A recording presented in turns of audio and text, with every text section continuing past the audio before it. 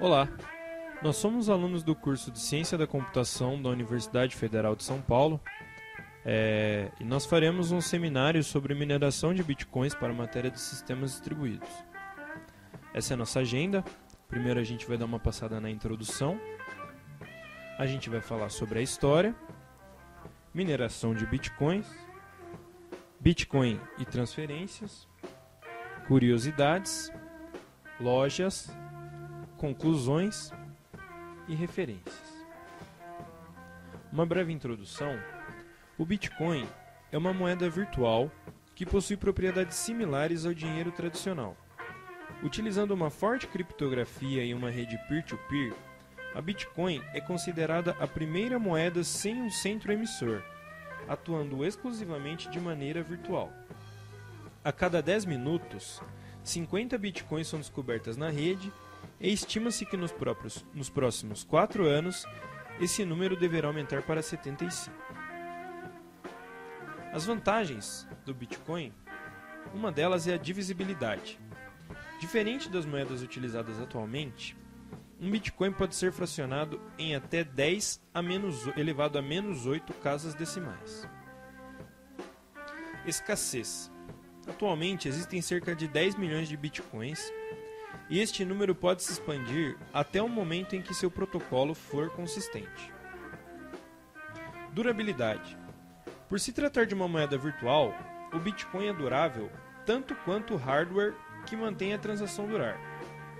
Bitcoins podem ser perdidas apenas se a chave privada para a carteira que a possui for destruída.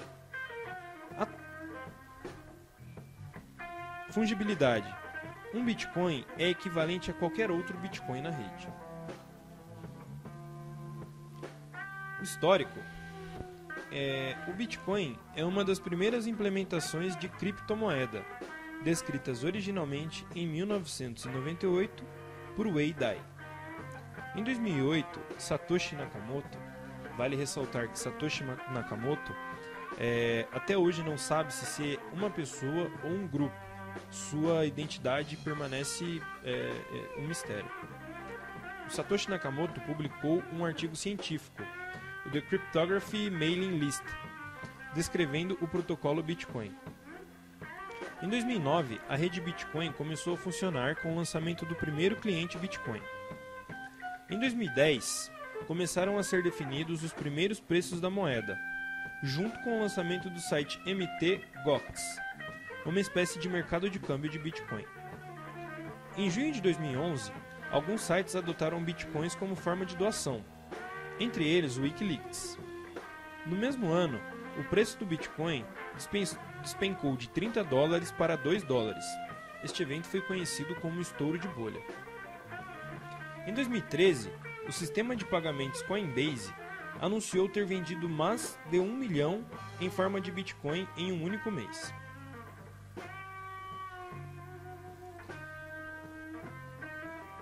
Minerar um Bitcoin é teoricamente fácil. Existem vários programas que fazem isso na internet. Para minerar, um cliente precisa resolver um problema criptográfico. Isto é alcançado com a ajuda de um algoritmo, e é exatamente isso que esses programas fazem. A rede Bitcoin cria e distribui novas Bitcoins aproximadamente 6 vezes por hora, aleatoriamente entre os usuários que estão executando programas de mineração. A probabilidade de um certo usuário ganhar um lote depende do poder de processamento que ele contribui para a rede em relação ao poder de processamento de todos os outros. A quantia de bitcoins geradas por lote nunca passa de 50, e este valor está programado para encolher com o passar do tempo, de modo que o total de bitcoins criadas nunca passará de 21 milhões. Todos os nós geradores da rede competem para ser o primeiro a achar a solução para um problema criptográfico envolvendo seu bloco candidato, um problema baseado em tentativa e erro. Quando não encontra tal solução, ele anuncia aos demais nós da rede e reivindica um novo lote de bitcoins.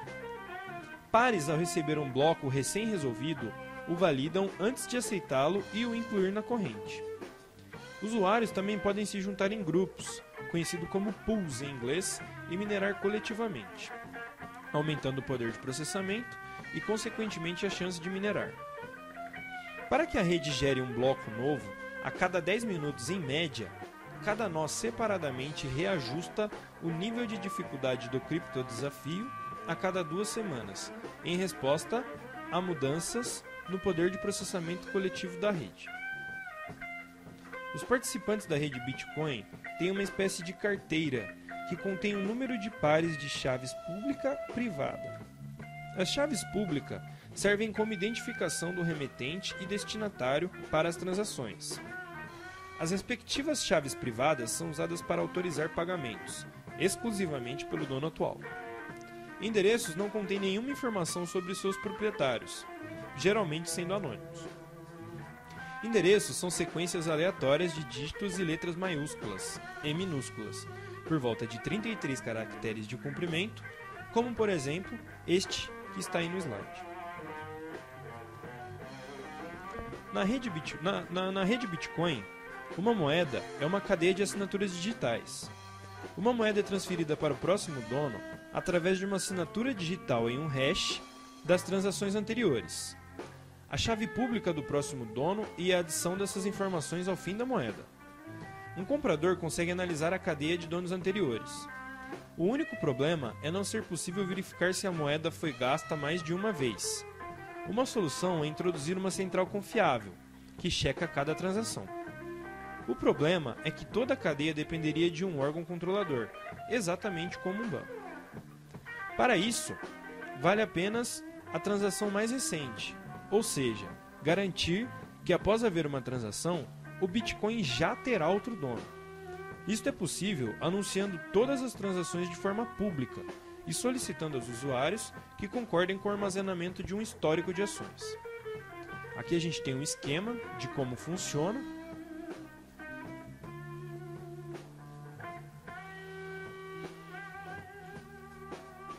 A solução, portanto, é começar com um servidor de timestamp.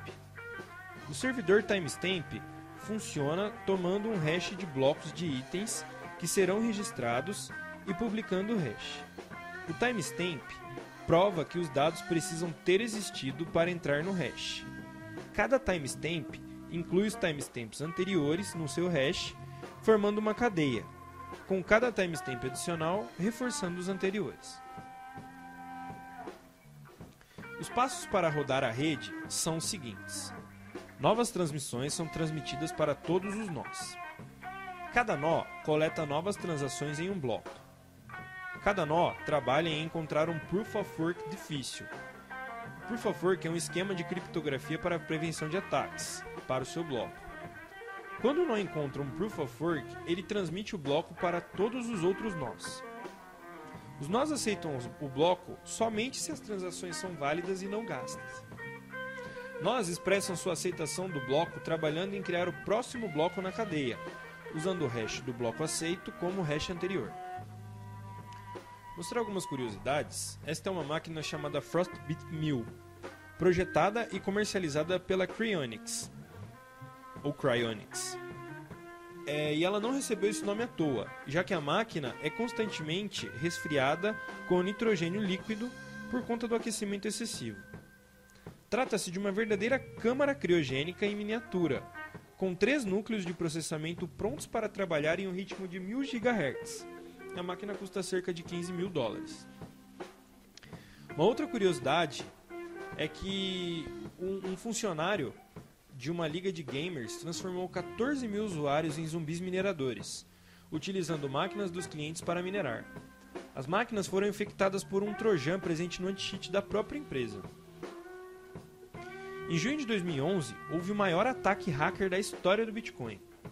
Este evento, também conhecido como estouro da bolha, ocorreu com um simples ataque de um hacker no sistema que transferiu 25 mil créditos para sua conta. Na época, o valor era estimado em $500 mil. Dias depois, outro ataque ocorreu envolvendo aproximadamente $400 mil. Como efeito desses ataques, a moeda abaixou para 0,01 centavos de dólar e no mesmo instante, o principal mercado de troca, o MTGOX, fechou, reabrindo dias depois. Pode-se encontrar diversas reportagens ligando bitcoins a hackers, vírus e deep web. Atualmente, diversas lojas aceitam a troca de bitcoins por dinheiro real ou até mesmo por bens. A principal loja virtual de troca de bitcoins é a mt-gox. Essa loja possui um sistema de câmbio onde é exibida a cotação de bitcoins com relação ao dólar.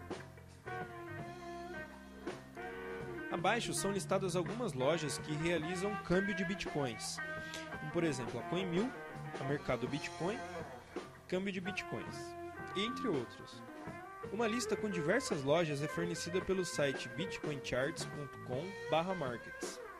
O site traz informações atualizadas constantemente com relação à cotação da moeda. As conclusões que após a pesquisa sobre o Bitcoin, o grupo chegou a um acordo que, antes da popularização do Bitcoin, sua mineração era rentável.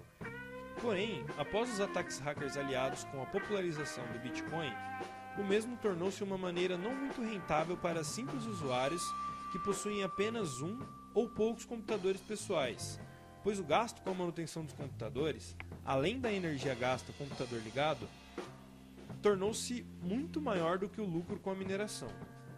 Contudo, o fato de que cada dia está mais difícil obter bitcoins prova, mais uma vez, que a criptografia utilizada é muito eficiente. Essas são nossas referências. E aqui deixamos o nosso muito obrigado. Até a próxima. Tchau, tchau.